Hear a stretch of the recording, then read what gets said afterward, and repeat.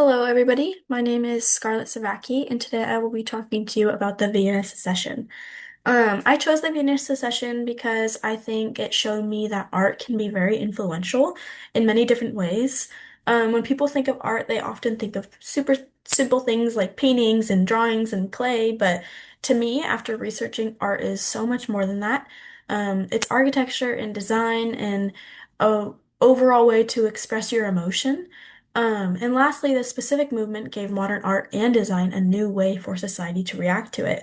So 500 years ago, if I saw the art that I researched, I probably wouldn't react the same way I would now.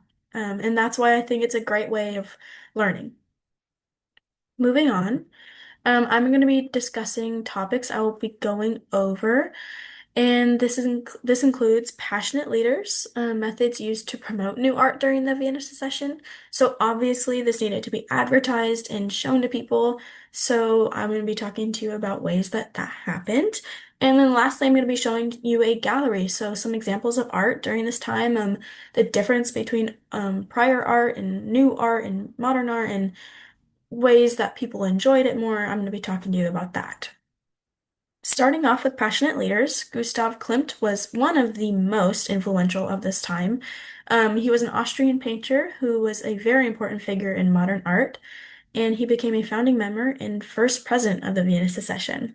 His contribution towards this movement was mainly artistic and ideological, whereas Joseph Hoffmann, who was an Austrian architect and designer who studied under Otto Wagner, where he developed passion for upcoming art. He was very passionate. He worked very hard to make sure that this movement knew what it constantly stood for and it never lost its touch, if that makes sense.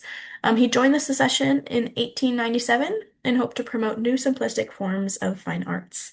Coleman Moser, who was born in 1868 to 1918, Moser was an Austrian artist who influenced 20th century graphic design and one of the most influential artists of the Vienna Secession.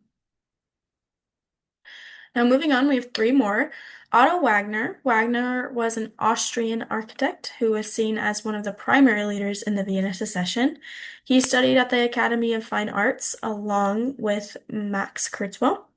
In 1897, he started advocating for modern artistic freedom. Kurzweil was Austrian. Hoffman also has that same similarity. He wanted artistic freedom in modern art. He didn't want to be tied down. But Kurzweil was an Austrian painter and illustrator, but most of the success in his career came from the Vienna Secession.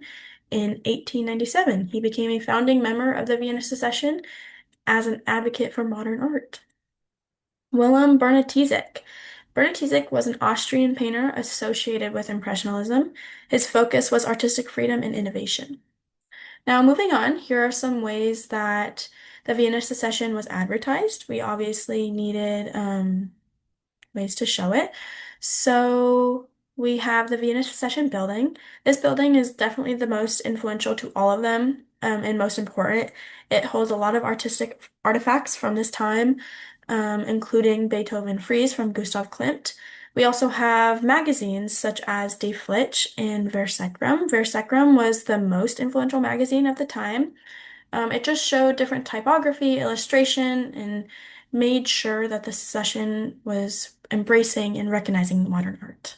The new gallery in New York, this is not specific to the Vienna Secession, but it does carry some artifacts from this time. Jason Twins' work. This is a total work of art. So this isn't exactly something physical that we used, but it's something that we kept in mind.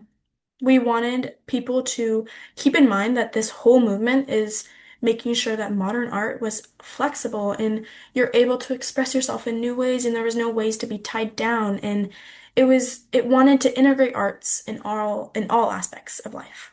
The Wiener Workshop. So this was very temporary. It did not carry on, but it was basically just a place where people met up and talked about it. Now I'm going to show you six different artifactual designs. One is to the left. We have the 13th Vienna Secession exhibition.